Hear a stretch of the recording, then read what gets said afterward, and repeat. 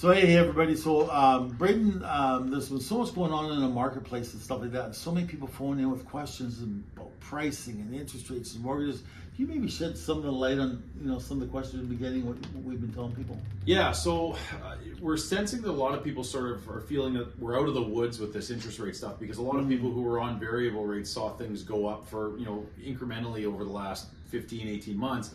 But the reality is, most of the population, the mortgage holding population, is actually on fixed stuff that's still yet to come up for renewal. So we aren't out of the woods. We're going to see a lot of people, and this is going to be more extreme because a lot of people are going to see immediate and very large increases that the people on variable didn't. So this is going to mean a couple of things. A lot of people are coming to realizations very quickly that their homes might not make sense for them when they have to renew, and it's a natural thing when we sign a 5-year mortgage term that we don't usually think ahead and do math based on what that might cost us to renew the thing on a monthly basis, because our general thinking is, well, it's getting paid down over time, so it can't get any worse than it is when we first sign up. So that's going to change, and that's, I think, especially going to manifest in the rental property market and stuff, as people, because a lot of people will give those properties up before they give up the family home. I think you're going to see, in general, I think you're going to see a lot of people who overextended themselves buying, especially some of the pre-sale stuff. I think you're going to see people now looking that it does not make sense to keep it. I think you're going to see a high percentage of new construction coming up for resale. It's going to be a lot of things like that. So I'm having conversations like this with people fairly regularly, but because we're all in different steps in our housing and property journey, it means different things to different people. So reach out to us if you have any questions, and again, we're happy to chat with you in more detail as it pertains to you. So Braden, one of the things I got asked was,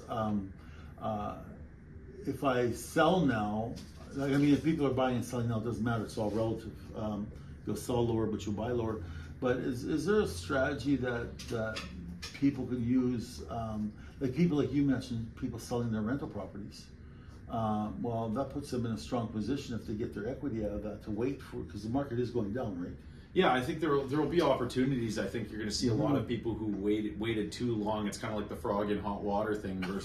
So I think there's going to be a lot of people that you're going to see, and they waited too long, and then all of a sudden they realize that, okay, these for example, pre-sales that I purchased 3 years ago, they did the math on, okay, well, if I have to keep it and rent it out with a mortgage at 2%, but they never ever thought that they'd have to do this with a mortgage at 7%.